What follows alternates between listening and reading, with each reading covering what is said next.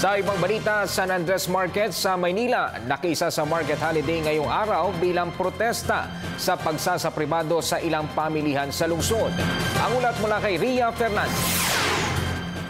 Sarado, madilim at nakatalukbong ang mga paninda ng datnan namin ng San Andres Market sa Maynila.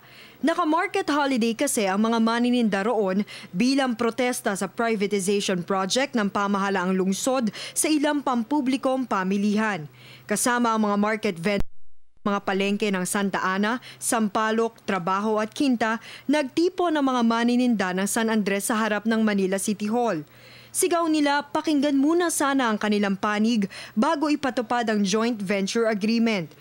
Ayon sa amin pag-aaral, hindi po ito nabubuti sa amin mga manininda.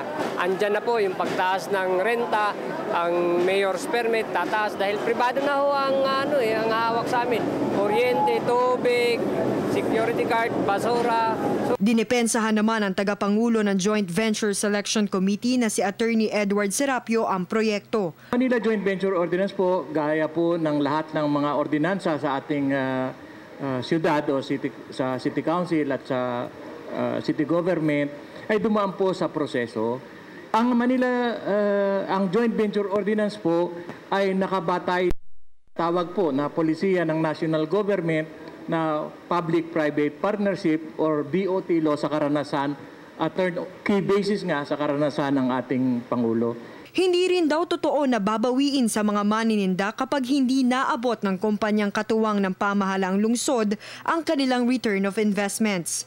Joint Venture Ordinance po ay hindi nangangahulugan na pagkikitaan po ang ating mga mamamayan.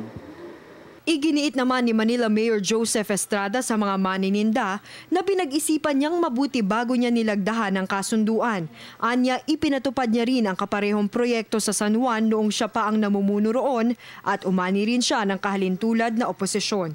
Kaya yan ay nasa batas na nagtagumpay po yung aming ginawa sa San Juan.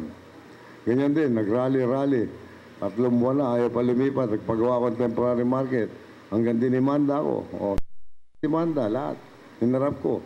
Nanalo po ako. Hanggang natuloy yung palengke. Para sa Telebisyon ng Bayan, Ria Fernandez.